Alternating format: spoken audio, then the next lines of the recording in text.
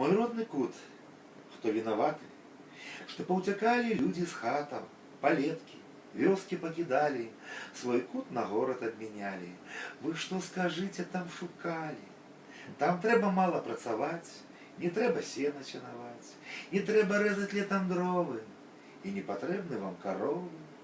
Пайшоў на працу ты не зранку, папрацаваў і на канапку. Набыў камп'ютар ты шарманку, і цэлую ночку прэшся ў танку. Ты ад дастатку там з дзяціню, а твоя вёсачка загіне, засохне вяз, высохне студня, і бусел прылятаць не будзе.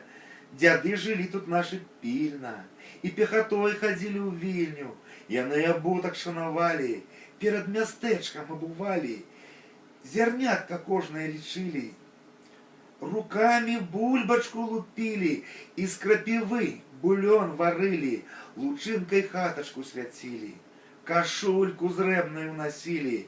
Яны аддана працавалі, шляхоў лягчэйшых не шукалі, зімою ў вёсках галадалі, і хлеб з мяккіны выпякалі. Кідаць свой кут і здрадзіць мове яны дазвол вам не давалі. Унукі з горада прыедуць, не разумеюць мовы дзеда, у лесе ночкай не блукаюць, папараць кветку не шукаюць. Яна тут ёсць у нас, здаецца, чужынцам рукі не даецца.